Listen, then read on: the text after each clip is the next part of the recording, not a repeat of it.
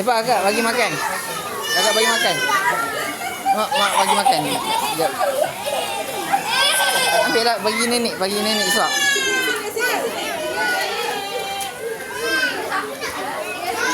Bagi kat nenek suap. Bagi nenek satu. Sampai tak nasi kosong. Bagilah. Tu ada kira jatuh.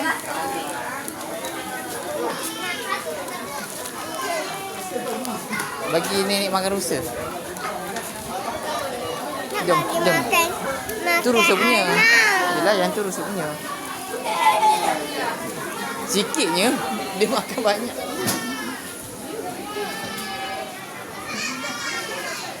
Padahal makan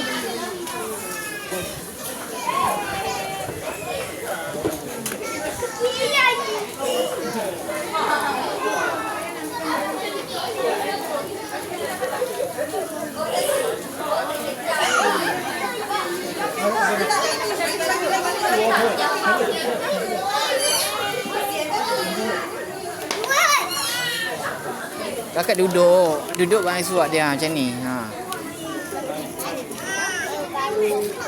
Gaduh. Oi. Gaduh.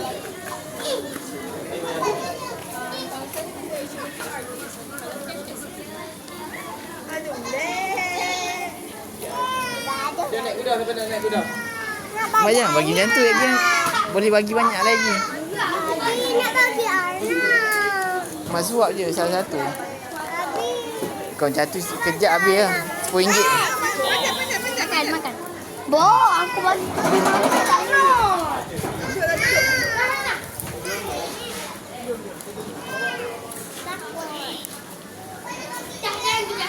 Dia ikut.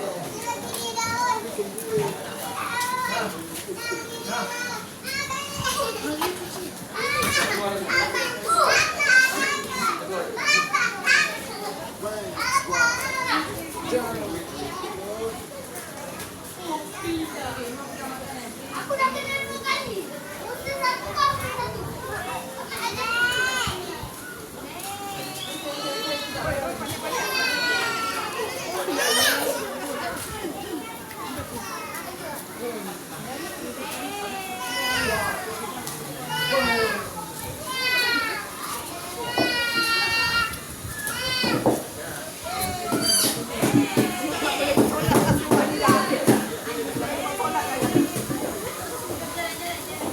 Kambing.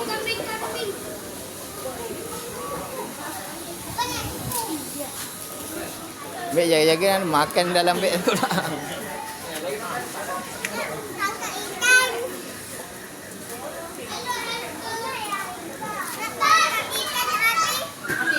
Kejap.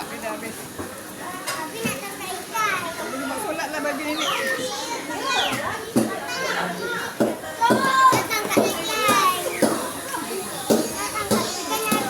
Kejap lah. Jom.